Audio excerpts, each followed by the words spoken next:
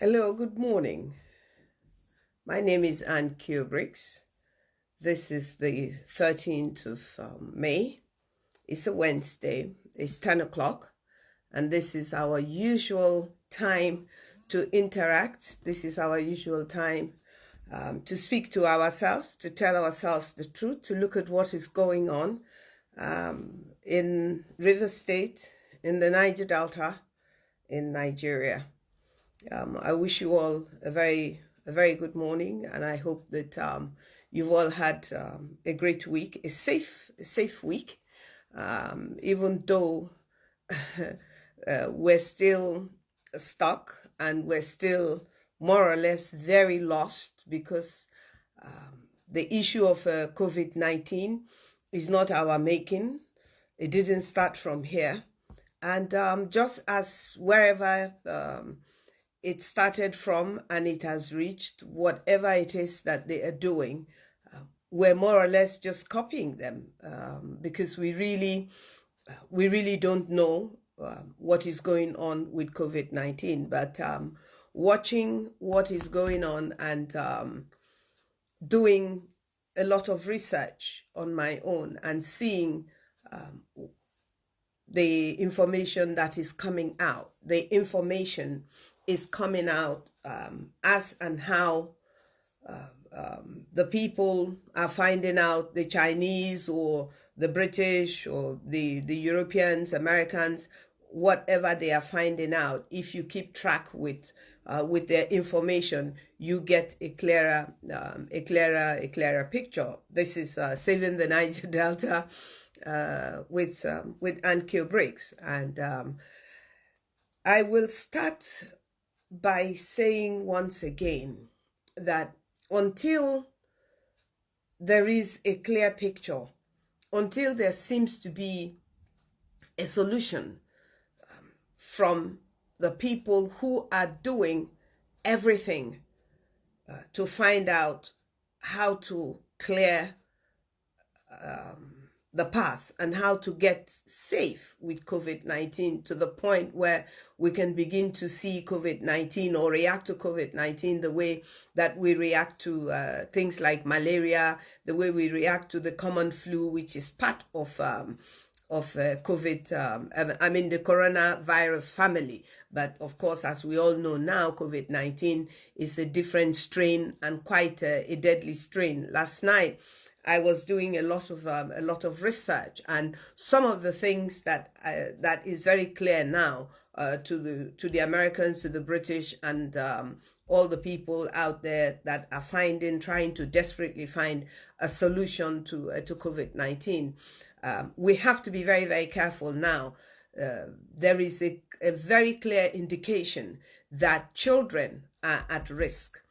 Children are at risk because it is beginning to come out that there is a strain, that there is an attack of the COVID-19 that is actually happening to children. And so if we're going to send our children back to school because people who have the structure outside of Nigeria, because the British are sending their children back to school, maybe because the Ghanaians are sending their children back to school, and they have done much more than we are doing. We're not testing as many people as we're testing. And the reality is that the COVID-19 virus, it actually is attacking every vital organ within a person's body. So if it attacks Mr. A's lungs, it is not necessarily going to attack Mr. B's lungs. It may attack Mr. B's liver.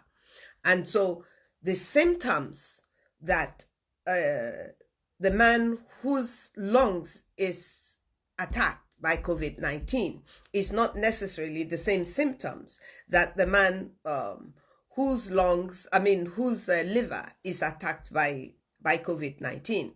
And so the process even of finding out exactly what it is that one has becomes very difficult because the symptoms have become very clear that they are not the same by everybody or from everybody. It's very clear now that some people can actually have the COVID-19 virus and show no sign whatsoever. Show no sign whatsoever that they have the virus. It doesn't affect them.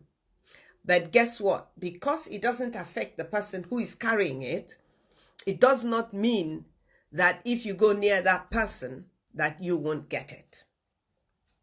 So this is a cat and mouse game. This is a very dangerous situation that the world find themselves in. Therefore, we still have no other choice but to rely on God. We have to pray for safety because there's nothing else to do. I'm not going to tell somebody to go to a witch doctor. I'm not going to tell somebody to go to Babalao.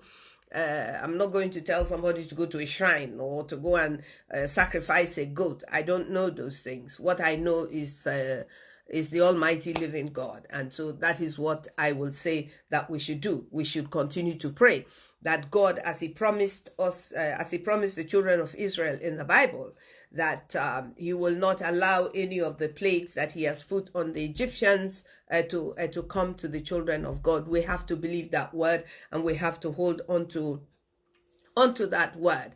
And while we do that primary thing for ourselves, we also have to do the next primary thing for ourselves, which is the issue of protocol, the issue of washing your hands, the issue of not touching your face. All of these things are very, very difficult, even for me. I mean, I have a very bad habit because I have an eye issue. I'm constantly, my finger is always touching my eye in the past, but now I've made it a point of duty, even to stop me from doing that. I rub my hand with aboki balm or mentholatum or something, so that, I mean, that would keep me from putting my finger in my eye. Again, I stress that it is very difficult for anybody to stay indoors. But this is a war. And in a war, everybody has to do what they have to do to keep themselves safe. At the end of the day, the choice is our own the final choice is our own to make. The information is out there. We have to do it. It's like giving your life to Christ.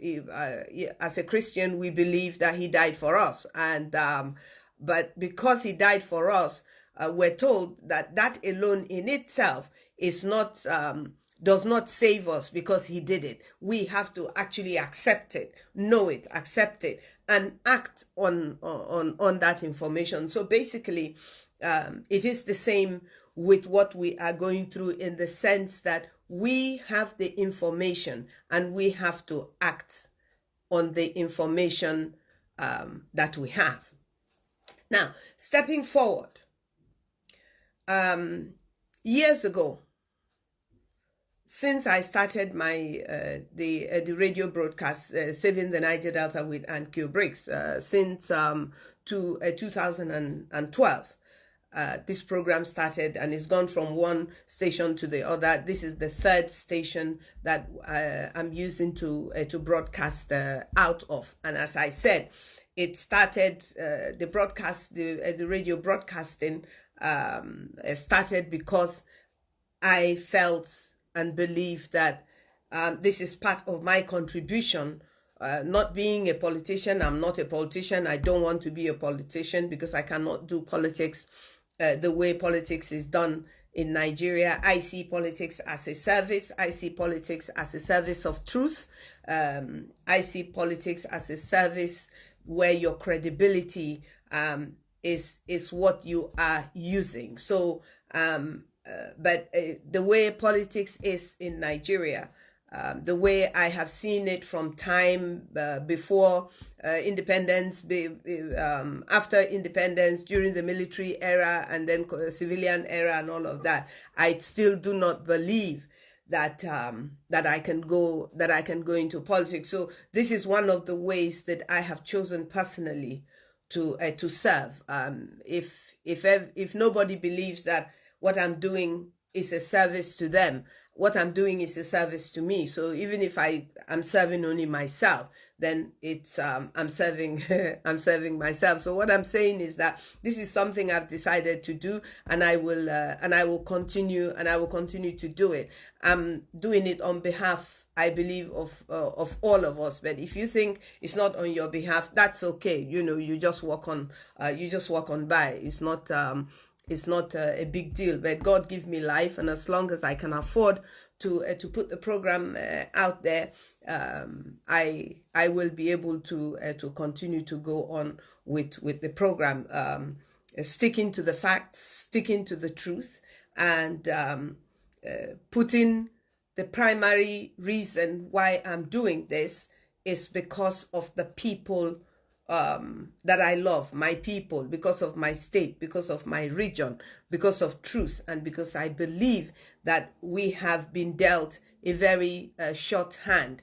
But having said that, we definitely are also very responsible for where we find ourselves today. What is going on in Nigeria in terms of the movement, in terms of Kano State started sending Almajiris out of their state. The federal government have also agreed that there should not be interstate movements. Anybody who wants to serve their people and themselves would have done what I believe the government of Rivers State did right from the moment it made up its mind that it was going to do something to save the people of Rivers State and the people that live in Rivers State as much as it can from COVID-19, is to shut down the borders. Because if you don't close your front door, then what you don't want is going to come through your front door. If you don't shut your window, it is going to come through your window. And that's why we have burglary proofs in our houses, because we don't want the bad people to come in when we are asleep, and all of those things. It's a method of safety. Now, is that the things that the different governments are doing for their people, is it an easy thing to do, even on the people? Of course it is not easy for anybody to tell you, if you want to go out this morning, that you cannot go out. But there is a reason, and the reason is primarily for our safety. Because I believe, based on the information that is out there and available, that if any state keeps their borders open, COVID-19 will run rampant in that state. We need to understand the need to not have mile 1, mile 3, Creek Road Market, what's this other market? Oil Mill Market, all the markets that are open to be open as usual. It is dangerous for that. I think that we need to continue to agree with ourselves that this imposition is very necessary. It's painful, but it's very necessary. Now, how do we feed ourselves? How do people feed themselves and their families? We can't run away from that. How do we do it? It's going to be very difficult, especially if you earn a living on a daily basis by going to markets. It's going to be difficult. So, how do we accomplish access to market? We break it down. We maybe not go to market, not open the market every day, and open it 3 times a week. Maybe Wednesday, Thursday, Friday, Saturday, or Monday, Tuesday. We need to work out what will keep us the safest. Nobody will know that there is poison in this cup and there is no poison in this one, and then you go and take the one that has poison in it, nobody would do that. So you don't need somebody to tell you. But is it difficult? Yes, it is difficult. Can the government help? I must be sincere with you that the government is not going to be able to help 100%. That's just the truth. We're not going. The government is not going to be able to help us 100%. But whatever the government can do, the government must do those things to help us. So this is a decision for us to make when we go to market and when we stay at home. And you go to market, you buy what you want and you leave immediately. These things can be done. Well, we should not be told all the time. When the shutdown came, even before it happened, the Wednesday before the shutdown, I said on my radio program that because the governor has said that there's going to be a shutdown, does not and should not give the police and the army the right to abuse and brutalize people. I said that on one of my programs, and I thank God that all the programs are recorded and we can go back to them in the future and bring them up. All these things, I have touched on them and said, I've looked ahead and I have said that this is how I see it. Now, in 2016, going through from about November, October, thereabout, there was a rumor at that time that the government of Bayelsa State have given 1,200 hectares of land, palm actually, Bayelsa palms, which was part of the Rivers State palms when Bayelsa was still part of Rivers State. And that now went to Bayelsa because it was in Yanagwa. You can't take it. And the one in Rivers State stayed, of course, in Rivers State. So because they were sharing assets. And at that time, some of us, not more than 30, between 30 and 50 of us, I think more like just on the 30, a little over the 30 side than more close to the 50 side, decided amongst ourselves to call the attention of the then governor of Bayelsa State by actually going to Bayelsa State to do what we call a love walk, because it was on the 14th of February, to do a love walk, to go and deliver a letter calling on the governor not to give this land to Fulani headsmen because it is already a property that should have been utilized. I mean, it's a farm where they're supposed to be growing palm and not heading grazing cattle. By this time, it was the 14th of February 2017, and we were brutalized. It's history. It's in the history books now. Anybody can check it up. We were brutalized. At that time, the person that was abused and insulted the most for being part of that process was Annkio Briggs. All sorts of things were said about me. But what is happening today, which a day, maybe 2 days or so ago, Asari made a videotape talking of this very issue of invasion. Now, I had been talking about it for years. I have pointed it out since 2015. I've been saying on my programs, different programs, radio, TV, that there is an articulated invasion that is taking place in the Niger Delta, in all the states, and in the local government areas. I used Rivers State as an example. And Bayelsa State, as an example, because Bayelsa State is my ethnic nationality state. And even in my own community in Abonima, I have pointed it out to my people. I've pointed it out to the youths. I've pointed it out to people that there is an invasion, and it was visual. It's not an imagination. You could actually see it. There is an invasion. People did not listen.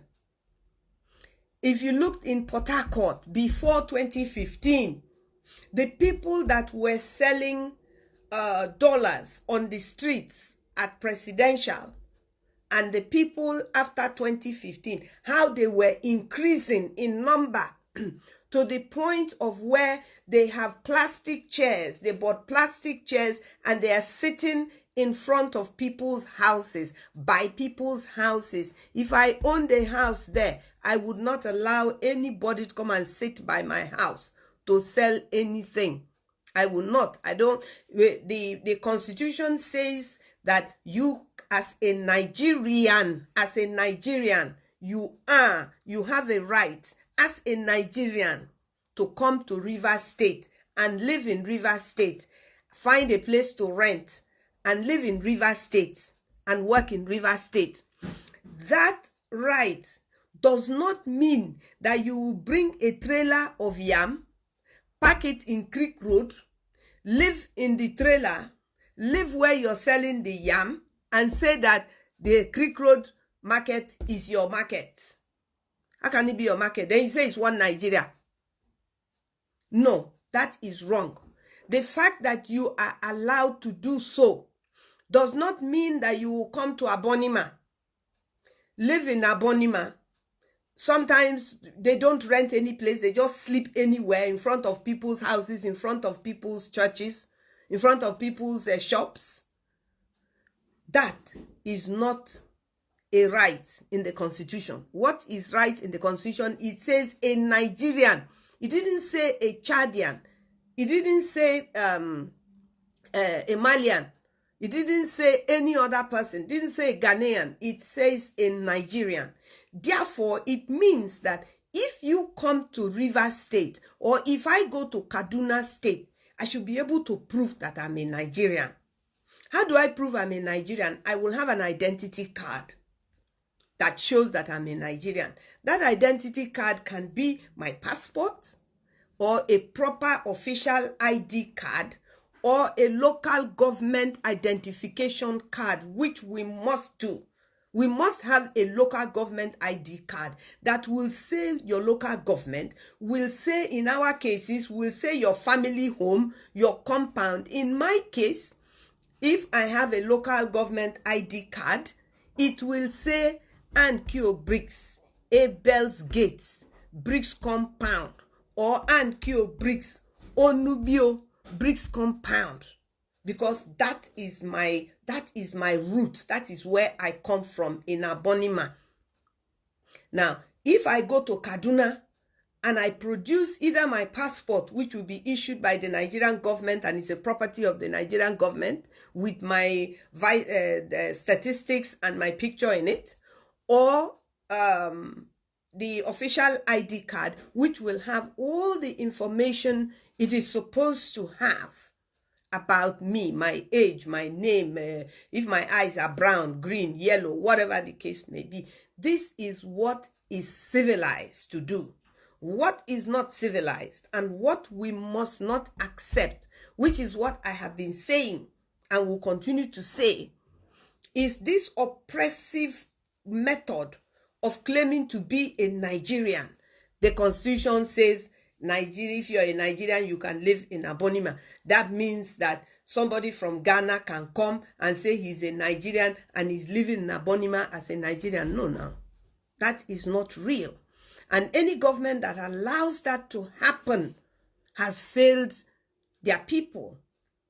And so this is where we find ourselves. And that is why when we've been talking about restructuring Nigeria, these are the things that we would have put in place to restructure Nigeria, because these are the right things to do. But since it is accepted that there is nothing is going to happen about restructuring.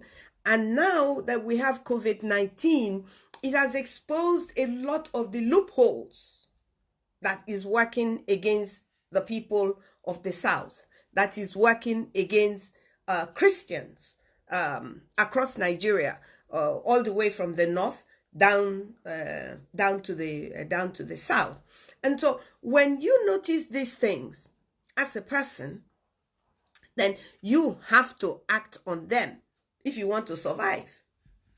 You cannot sit down and allow somebody to come into your home, into your community, all in the name of one Nigeria. And you see, as always, the thing is lopsided, because the amount of people from the South, because we don't have any sinister plans or desires or designs to leave Rivers State and relocate to even a place like Lagos, if you have no footing, if you have no desire, hardly will you see somebody who's going to live, anybody in their right mind, who's going to live or have a foothold in Rivers State. You will just pack your bags and your everything, your children, everything, and go to Lagos or go to Kaduna when you have no business there. Nobody has invited you there. You have no job. Nothing is happening there for you. You just one day wake up, I don't want to be in Rivers State anymore. And you move to Kaduna and you start selling Isam and Ngolo there in front of somebody's house. No, it is not done.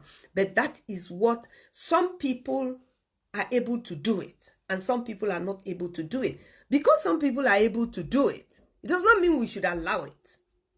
It does not. So now, these are the things that we should have seen, or our politicians saw it and they kept quiet. They wanted to be politically correct. And we have our own people in Niger Delta, in all the other states, the other five, all the states of the Niger Delta that are in one party or the other. The essence of being in party, political party, the essence of being doing politics is to serve your people, not to serve the political party. Not to serve the political party, is to serve your people. So now, if you are serving strangers and not your people, you're not a good politician. If you are allowing things to happen in your state that is working against your people because of a political party affiliation, you're not a good politician. Definitely, you're not serving the people that you claim to be serving. Now, the governor of Kaduna State started pushing people. The governor of Kano State started pushing people out of Kano, and he said Almajiris must go. Fine. Immediately I heard that, the first thing I said on my program was that the governor of Rivers State, all the governors should take note. And the people of Rivers State should take note, as a matter of fact, that these people that are being pushed out for any reason out of Kano State, they cannot now be coming to Rivers State. There is no provision for them. Going to Rivers State to get a job, to work, and coming in your thousands under tomato and pepper and cattle, is not exercising your right as a Nigerian. It is an invasion. It is an invasion. It is taking ownership. It is changing the demography of a people. When you move a mass like that into Ndele, you're changing the demography of Ndele. When you move a mass into Surulere, you're changing the democracy of the demography of Surulere. These are the facts. They're not things that I'm just making up like that. These are the realities.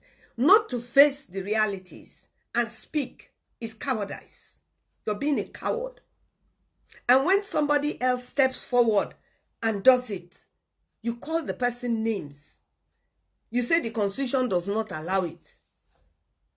Whatever the Constitution does not allow, for what it is worth, Even the federal government says when election goes the way and people say the election was rigged, we won't agree. What did they say? They say go to court. Right. There are courts. Go to anything that is unconstitutional. Let the court decide what is unconstitutional. But what is my right to do, your right to do? You must do that. And I must do that. And if you don't do it, and somebody else is doing it, I think you should be grateful. Because now we're sitting down in places like Delta, Bayelsa, River State. We're seeing with our eyes wide open what is happening.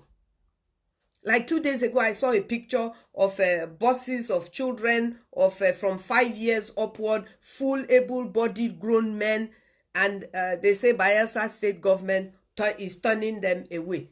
This is the same Bayelsa that 3 years ago in 2017 beat us up for saying that if Bayelsa continues like this, that we will come to this point, that there will be, this is broad daylight invasion. Before, it used to be in the night, because if it's happening in the daytime, we must assume, until something else is comes to prove me wrong, we must assume that in the cover of darkness, more have happened years ago.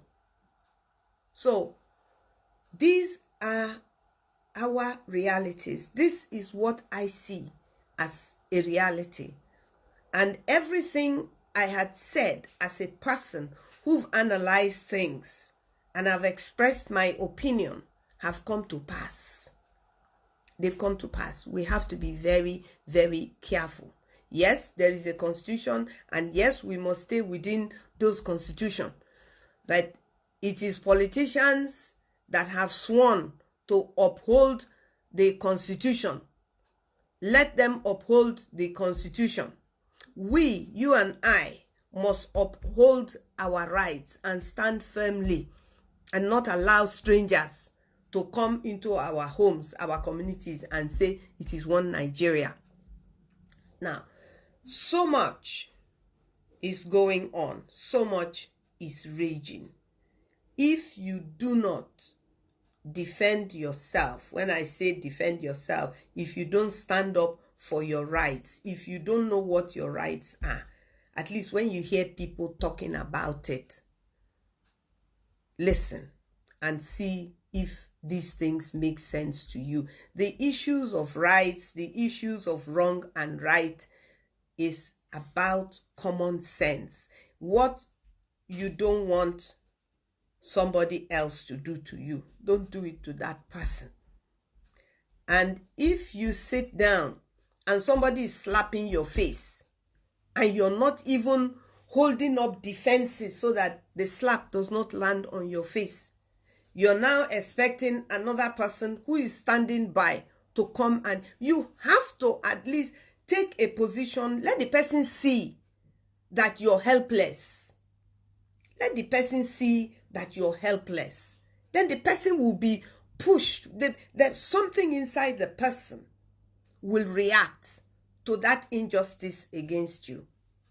But when you just sit there and you don't do anything, the person will think twice before the person will react. And even if the person doesn't think twice before the person reacts, next time the person will look at you. It's natural. It is just natural. The protection of ourselves is first and foremost our own responsibility. The protection of our state is our responsibility. It is our responsibility to call on our government to stand firm and do what is expected of them for us. What is happening with this COVID-19? The issue of we cannot run away that the federal government have borrowed money from everywhere borrowable. They begged for from hospital beds to all kinds of things. to come into Nigeria. WHO, America, EU, so many countries and organizations have given money. Abacha's money, Abacha's loot that has come, some of it is coming back to Nigeria, is as a direct looting from the resources of oil and gas. It didn't come from cocoa, it didn't come from granite, it didn't come from hides and skin. It came from oil and gas. So those monies Abacha looted, he looted it from the money that came from the Niger Delta. Now the only way that we're going to stop further looting, whether by our people or not by our people, is to make the changes that we need to survive as a people. Now,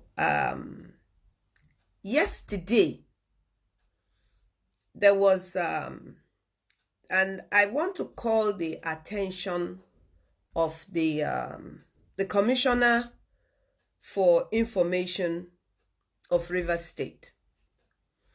And I also want to call the attention of the groups and the advisor or the assistant or SA or PA to the governor of Rivers State on social media, because a lot goes on social media. A lot of information is gotten from social media. A lot of information is given through social media. It is a good medium and it was set up for good. But of course, like everything else that is set up for good, there will still be people that will abuse the opportunity and the system. In Nigeria, it's just unbelievable what happens. Now, yesterday, the day before stroke yesterday, which was Tuesday, there was a news item that was making the round and was even on radio, that the president of Nigeria have recalled the police, the security attached to COVID-19 task force in Rivers State. I repeat, the claim was that the president have withdrawn or ordered the withdrawal of security attached to COVID-19 task force. And I watched it for a while. I tried to find out whether it is true or not true. But the information as it came and the source, and because it was being carried both on social media and on radio, a few people reacted. But I'm going to restrict myself to my reaction. I reacted hours after, because I was monitoring the social media. I reacted, and the news media. So I reacted. My reaction was based on this information that the federal government have withdrawn the security attached to COVID-19 task force as set up by the Rivers State. Now, I reacted, one, because I recall there was a time that the security of Governor Wike was withdrawn. And I remember very well that the vice president came to Port Harcourt, Rivers State at that time, on the now non-existent cleanup of Ogoniland. Now, at that time, I had the opportunity to speak to the hearing of the vice president of Nigeria in Government House in Port Harcourt in Rivers State. And amongst the things I said, the most important thing was the fact of the withdrawal of the security attached to the governor of Rivers State. I pointed out how dangerous that was when you remove security of the chief security officer of a state, especially of a state like Rivers State, where there is political opposition stroke political violence, and where people are made to feel that the state is being victimized and their governor is being victimized, and therefore anybody who is speaking for the state and also supporting the governor is also at risk. So I remembered that time, and I called on the vice president to make sure that that the security of the governor was reinstated. Otherwise, the women would have to constitute a security for the governor. Now, because I had that in mind, I could see the serious concerns that should be raised, or at least I felt, if the security for the task force of COVID-19 have been called off. Then it means that anybody can come in, anybody can do what they like, and we will be exposed to the transfer of COVID-19 virus. So I reacted. And my reaction was highlighting the fact that this is a way, another way of making sure that people who are not supposed to come in because of the lockdown in Rivers State, people who are not supposed to come in will be able to come in if the security have been withdrawn. Now, this information, after I had made my post of my own reaction to this, that was when the information now came from the government, from the system in Rivers State. And that's why I'm calling the attention of the Commissioner of Information and of the head of the social media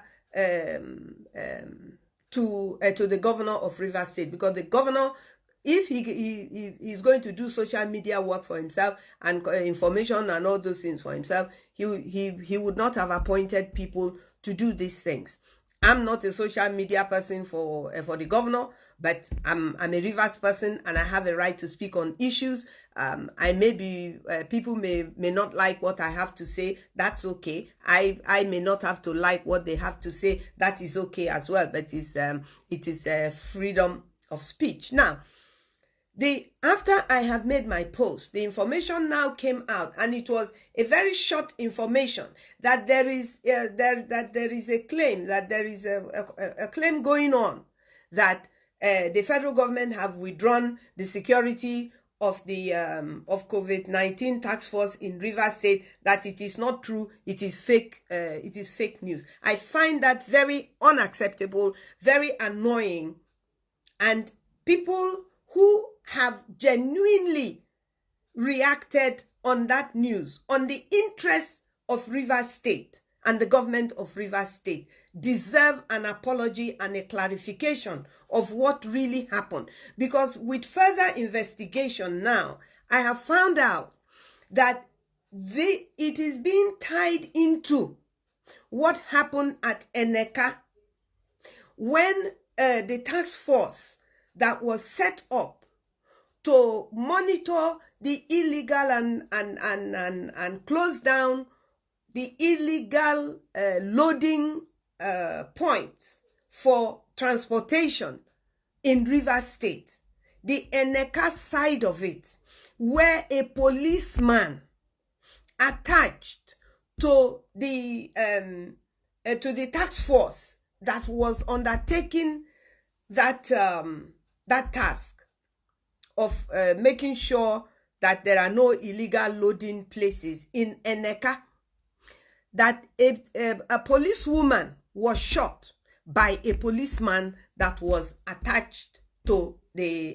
task force, and that in reaction to a policeman killing a policewoman while both of them were on duty in Rivers State, doing two different duties in Rivers State. That a policewoman was killed by a policeman, and that he withdrew the police attached to that particular team of COVID-19 task force.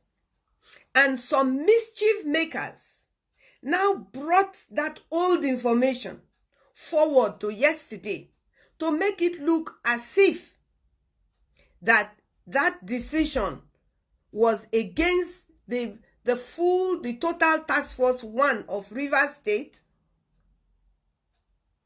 and therefore, by a very large extent, knowing that the government have done this before to the governor, exposing the state and exposing the government and exposing the people that the government have appointed to do the COVID-19 monitoring in one way or the other. So I also read where even the national PDP party had also reacted based on this information. It should be made clear and properly made clear so that people like me, and like I said, I can only speak for myself, because when I take a position on issues, I'm doing it with my credibility. I'm putting my credibility, even my life, on the line when I take a position on issues. And so when information is out there and it is somehow related to the system of information of Rivers State government, and it turns out to be untrue, it is the responsibility of the person, the group, whether they are social media groups, whether it's from the office of the Commissioner of Information, or the PAs and SAs and advisors to the governor on anything. They must come out. That is what accountability is. That is what accountability is. Even when you make a mistake. And that is why it is difficult to find me as a person making apologies on the things that I take positions on. And for as long as I've taken position, 22 years now, since 1998, nobody can say that I said this and it happened to be a lie. Because I will first of all find out. And if I use information like I did yesterday, and it turns out to be untrue, I will take the position I'm taking now. As soon as I saw that post, that the news I reacted upon was fake news, I first of all pulled down my post, because my post, the content, I still stand by the content, because it was based on something.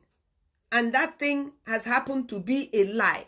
But if it happens again tomorrow, it will still be that same position because of the content. Now, the content, therefore, is the issue.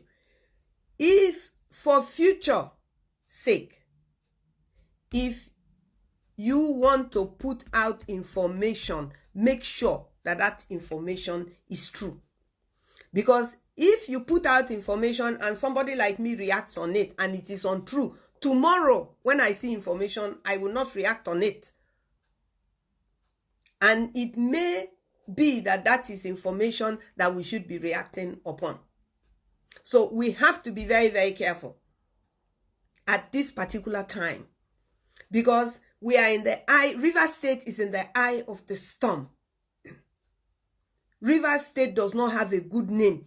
It is like give a dog a bad name to hang it. We're not liked, we're not loved. The state, it is even by our own people. It is starting right inside Rivers State. Some of the posts that I have seen, they think, I'm even seeing people in Rivers State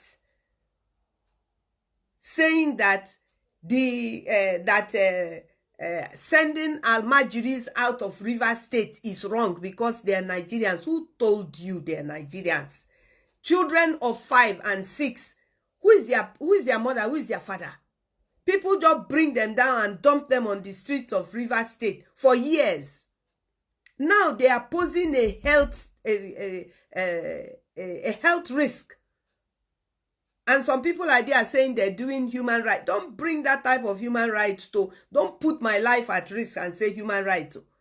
Because your human rights stops where my own begins. My own begins where your own stops. You cannot say it's human rights. Everybody has a right to human rights. All the people today shouting human rights have been doing human rights 10, 20 years before you. Don't come and be shouting human rights. How can you say that they should come and dump 5-year-old children in the streets of Port Harcourt and you're saying that it is okay because it's human rights? What type of human rights is that? The children that they are bringing to dump in Port Harcourt, are they from Rivers State? Are they Rivers indigents? They are not.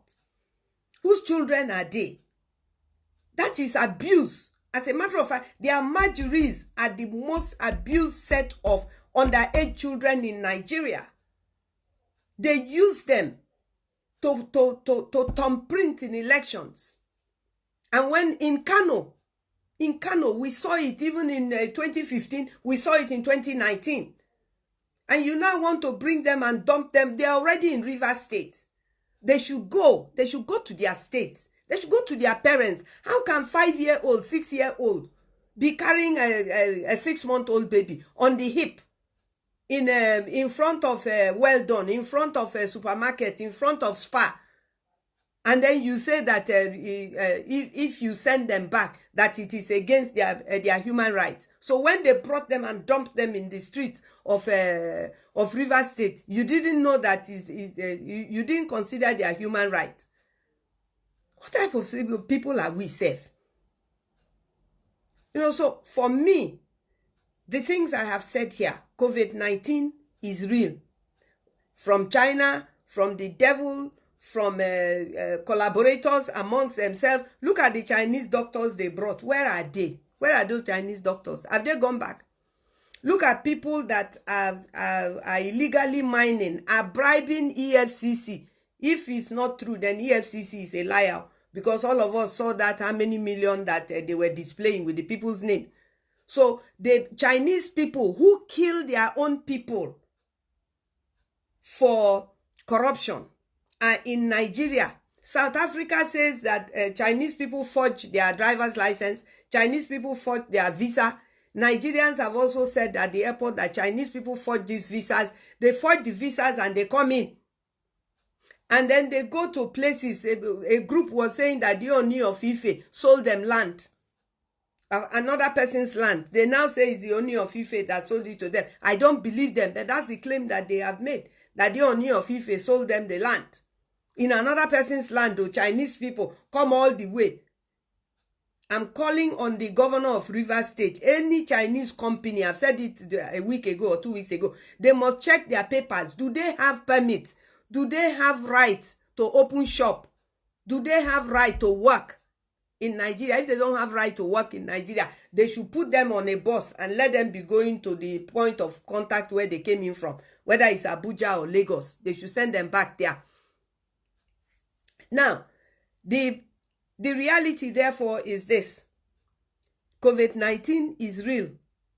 If we say we should open border, let COVID-19 come in, my only prayer is that it should seek out the people who say that the border should be open for COVID-19 to come in. The fact of people saying if you don't allow people from the north to enter your state, there will be war. War is nobody's speciality. Stop threatening people, other people, to do what they do. If you don't allow Ruga, there will be war. If you don't allow grazing, there will be war. Who is your slave that you're kicking around, that you're threatening all the time now? It's threat for only one person. Please let everybody behave themselves in this country. Let us find a solution for ourselves. If the people that want to go, please let us sit down and discuss our going. The people that want to stay should sit down and discuss their staying. It's enough now. It is enough. And this issue of the police commissioner, I say police commissioner, sorry, the commissioner of information, and the media that is doing media work for the governor. When they do good work, it is fine. But when they are also doing the wrong thing, it is not fine. Please, when it is when something is wrong, something is wrong. And I choose, as I say, I'm not paid by anybody. Nobody is paying me salary. I've been doing what I'm doing since 1998. I'm not paid by anybody. And I will talk when I want to talk. And I will not talk if I do not want to talk. Everybody must make their decision. Every state, every ethnic nationality, every region must make their decision. There has to be a post-COVID-19. Are we thinking about post-COVID-19? What's going to happen? The people that we have now seen are our enemies. They must leave. They must leave. You cannot open your house to knowing fully well that somebody hates you. Then you leave your pot of soup and leave the person in the kitchen and go say you want to go and ease yourself. And then tomorrow if you eat the soup and you die, they say somebody kill you. You're a fool. You're a fool because you opened yourself up.